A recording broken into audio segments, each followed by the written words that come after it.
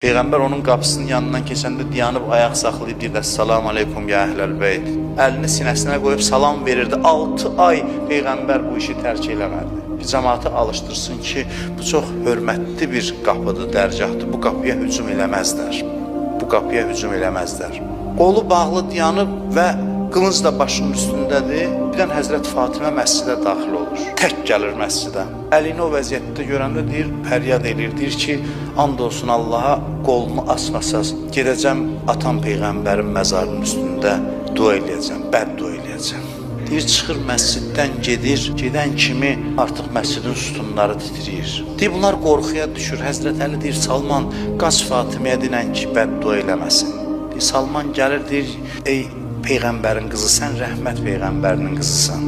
Onda xanım Zəhra bu sözü deyir, bax, onlar əlini öldürmək istəyir Salman. Və mənim də Əlinin yoxluğuna dözməyə taqətim yoxdur. Mən Əlisiz qalan mərəm.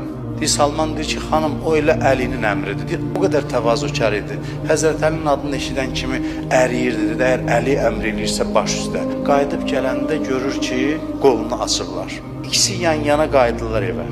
Həzrət Əli xəcalətli olur, başını aşağı salır. Xəcalətli ona görə yox ki, zəifdir. Bilirsiniz, qüdrətli kişi üçün çətindir.